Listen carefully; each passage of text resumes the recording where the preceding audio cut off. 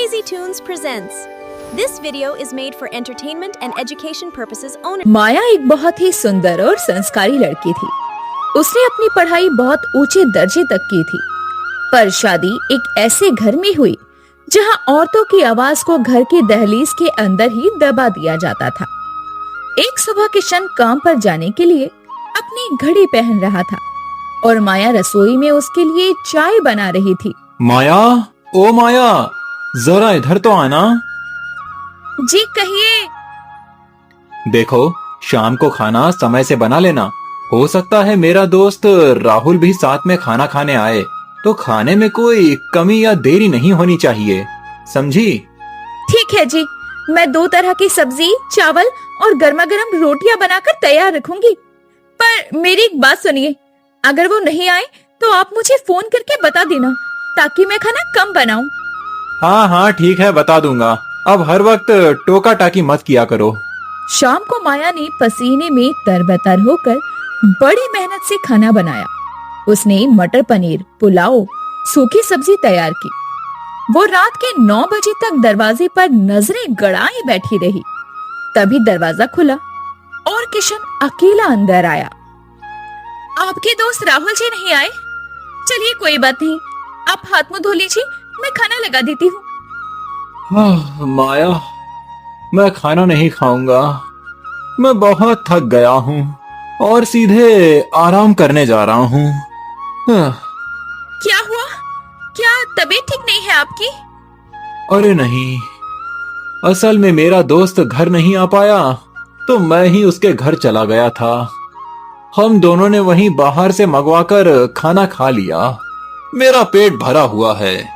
आप ये कैसी बातें कर रहे हैं? अगर आप वहाँ खाना खाकर आए थे तो एक बार बता तो देते। मैं यहाँ दोपहर में इतनी गर्मी में इतना सारा खाना बनाकर बैठी हूँ और आपको मेरी मेहनत की जरा सी भी कदर नहीं है। अरे बस करो अपना रोना धोना। एक आदमी को बाहर 100 काम होते हैं। तुम्हारा क्या है?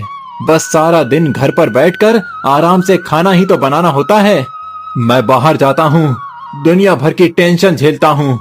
अगर मुझे याद नहीं रहा तो क्या गुनाह कर दिया मैंने? जो कहना था कह दिया, अब मुझे सोने दो। किशन ये बोलकर पैर पटकते हुए कमरे में चला गया और दरवाजा जोर से बंद कर लिया।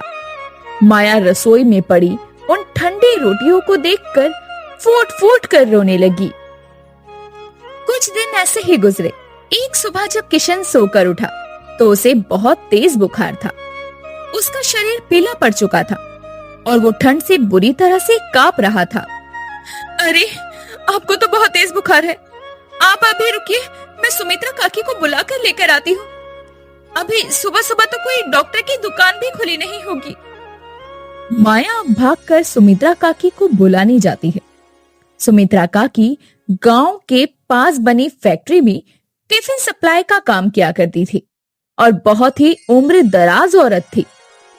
वो भी माया के घर किशन की हालत की खबर सुनकर आती है और किशन को देखकर कहती है, इसे तो बहुत तेज बुखार है। इसके सर पर ठंडे पानी की पट्टी रख। वैसे लक्षण देखकर तो साफ पता चल रहा है इसे पी लिया हुआ है। सुमित्रा काकी की बात सुनकर माया के पैरों तले जमीन खिसक गई। पीलिया का नाम सुनकर वो घबरा गई, क्योंकि किशन ही घर में कमाने वाला एक लौता सदस्य था। सुमित्रा काकी ने माया के कंधे पर हाथ रखा और कहा, माया घबरा मत, शहर वाले डॉक्टर को तो दिखाना ही पड़ेगा, पर अब किशन को कम से कम 2 महीने तक पूरा आराम करना होगा। भारी खाना और बाहर का काम इसके लिए जहर है, जहर। अगले कुछ दिनों में घर की आर्थिक स्थिति बिगड़ने लगी। किशन बिस्तर पर पड़ा रहता और माया अपनी जमा पूंजी इलाज में खर्च कर रही थी। एक दिन रसोई में खाली डब्बों को देखकर माया की आंखों में आंसू आ गए। तभी सुमित्रा काकी घर आई। उन्होंने देखा कि माया उदास है। क्या बात हो गई माया, आज चूल्हा नहीं जलाया? काकी, दवाइयों के खर्चे ने सब खत्म कर दिया। किशन जी काम पर नहीं जा सकते और उधार मांगने जाऊं तो लोग बातें बनाते हैं। समझ में नहीं आता कि क्या करूं। देख माया, तू पढ़ी लिखी है, तेरे हाथ के खाने में वो स्वाद है जो मैंने कहीं नहीं चखा। मैं अकेली फैक्ट्री के 50 टिफिन संभालती हूँ, पर अब मेरी उम्र हो रही है। लोग और टिफिन मांगते हैं पर मैं बना नहीं पाती। तू मेरा साथ देगी? पर काकी, घर के लोग और किशन जी, वो कभी नहीं मानेंगे कि उनके घर की बहू बाहर जाकर काम करे। अरे मूर्ख, तुझे बाहर जाने की जरूरत क्या है? खाना तू अपने घर की रसोई में बना, पैकिंग और सप्लाई मैं देख लूंगी। जो मुनाफा होगा आधा तेरा और आधा मेरा।